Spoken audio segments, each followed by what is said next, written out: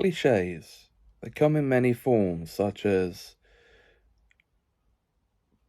the "it was all a dream" ending, to the cold open,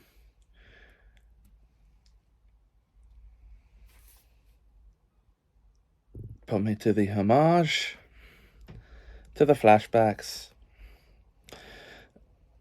and of course, another name for these is tropes. And that's what this series is going to be about. Welcome to the pilot episode of the Trope Show. The show where I'm going to talk about tropes, obviously.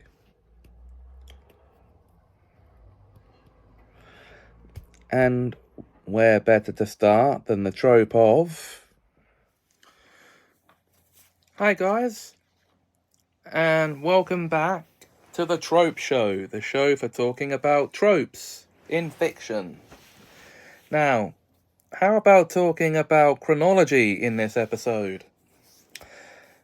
And that will go to chronological order as well. It's basically your collection of stories and what order they go in.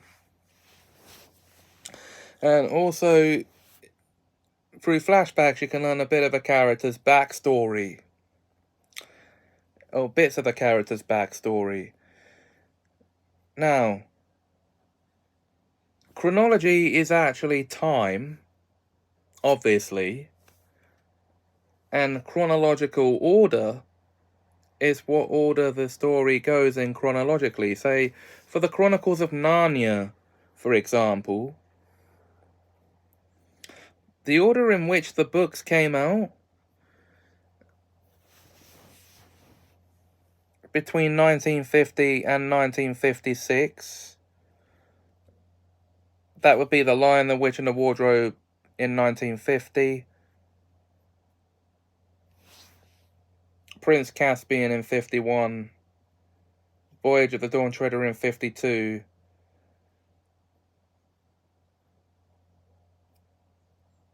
The Silver Chair in 53, The Horse and His Boy in 54, The Magician's Nephew in 55, and The Last Battle in 56. Now, no matter which order you choose to read these books in, The Last Battle is always last.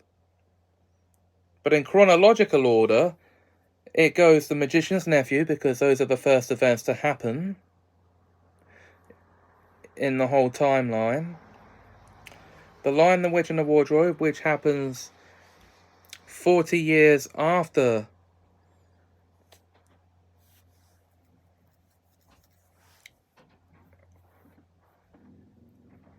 The Magician's Nephew in Earth time, and 1,000 years after in Narnia time. The Horse and His Boy then goes... it's an interquel, it goes in between, as it's set during the Pevensies' reign over Narnia, and tells the story of a young boy named Shasta, who actually turns out, spoilers, that he's a long-lost prince. Okay, then let me go Prince Caspian. These are the fourth events to happen in chronological order, as they take place over 1,300 years after The Lion, the Witch, and the Wardrobe. Yes, The Horse and His Boy actually takes place during the 15 years the Pevensies are ruling over Narnia. It takes place 1 year before they go back through the wardrobe.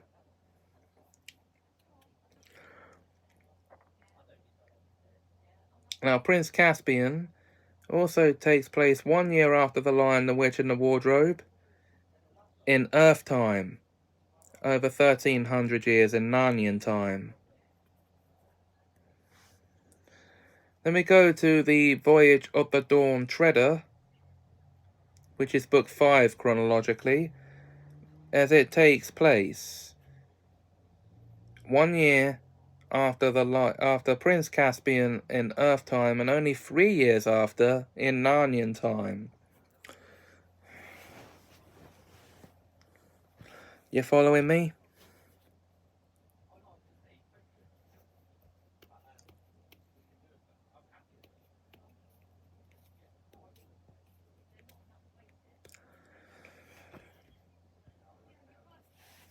Now, we get into the silver chair after that, and well, it takes place actually in Earth time. It takes place, well, it takes place 1 year, in the same year as or 1 year after the silver chair. Sorry, after itself? What am I talking about? After Voyage of the Dawn Treader in Earth time. And try this for time after, about 56 years after the Voyage of the Dawn Treader in Narnian time.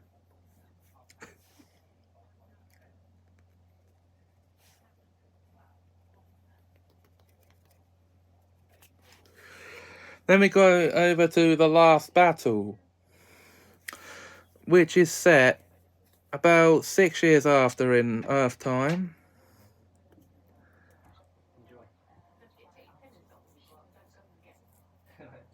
And around 200 years after the silver chair in Narnian time. Now, so there's one example of the order in which the Narnian books were released, and then when they take place chronologically. Now, to give you an example of that in the film world, we look no further than the Middle-earth saga of films, based on The Hobbit and the Lord of the Rings books. Now, in 2001, the film adaptation of the Fellowship of the Ring was released to cinemas.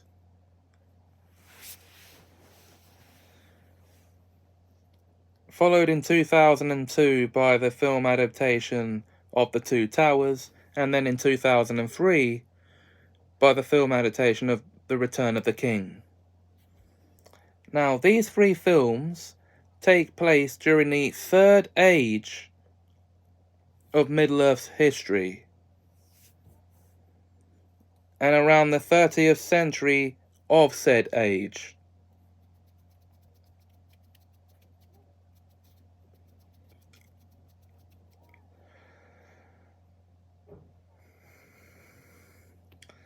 While the Hobbit films, released between 2012 and 2014, are set around 50 years before Lord of the Rings, making them prequels in terms of the film's releases.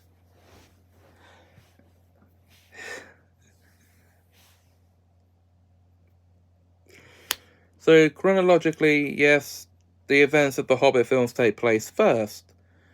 Now, in terms of publications, The Hobbit was actually the original book.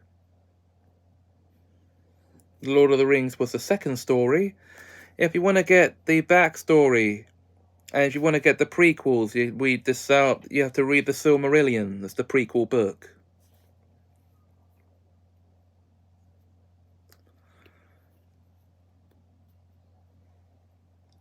And another example in films, for those who actually follow the dates that appear on screen during the Indiana Jones films, you'll know that the Temple of Doom takes place 1 year before Raiders of the Lost Ark in 1935. Raiders takes place in 1936, chronologically the second story in the films. Then, obviously, The Last Crusade in 1939, or 38, whichever. Kingdom of the Crystal Skull in 1957.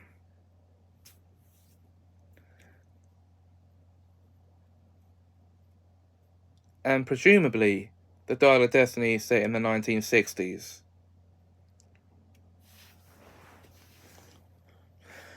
But Indiana Jones has had a TV series as well, The Young Indiana Jones Chronicles, which chronologically is set before any of the films. So, yeah. Between 1912 and 1920. So,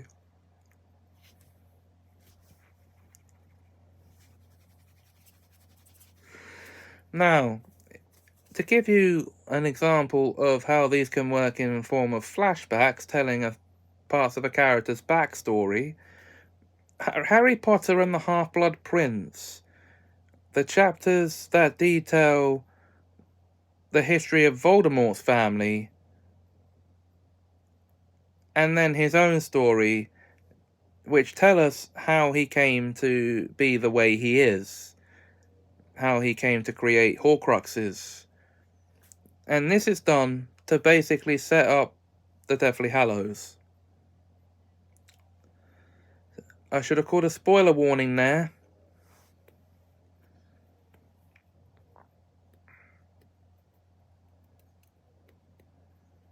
For anyone who hadn't seen the films yet, or read the books. Now, it's not the only book to actually have flashbacks of that sort in. 2 books prior, in The Goblet of Fire, that rhymes, we see pensive flashbacks to the Death Eater trials of 1982.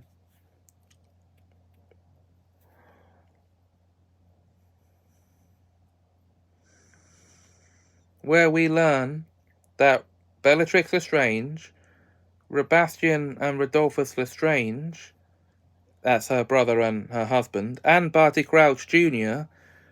were being sent to Azkaban for their involvement in the use of the Cruciatus curse on Frank and Alice Longbottom, Neville's parents, trying to torture information out of them, torturing them to the point of insanity. Spoilers ahead. Now, for those who went through the Harry Potter films and books thinking Professor Snape was the bad guy all along, The Prince's Tale, a whole chapter dedicated to Snape's memories in the Deathly Hallows, actually tell us that he was a good guy all along. He was in love with Harry Potter's mother the whole time, and basically James stole her from under his nose.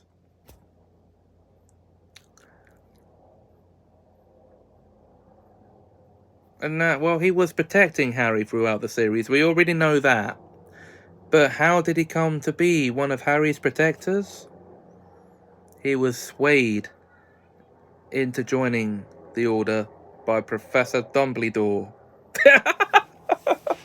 Okay. Professor Dumbledore. Okay.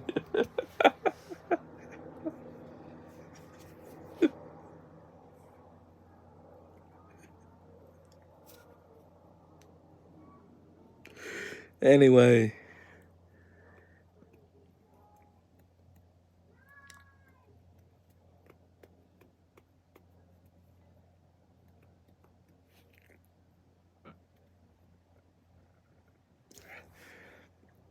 So yeah. Flashbacks and chronology. And it's basically through these flashbacks that we learn Snape's whole story. And how he actually did care for Harry deep down, even though he didn't show it on his face. Okay. So...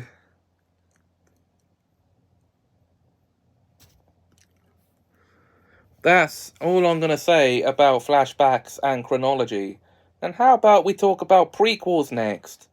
Now, okay. Now, some of the things I've mentioned here will be mentioned again there, just so you know, to give you the heads up. That's next time.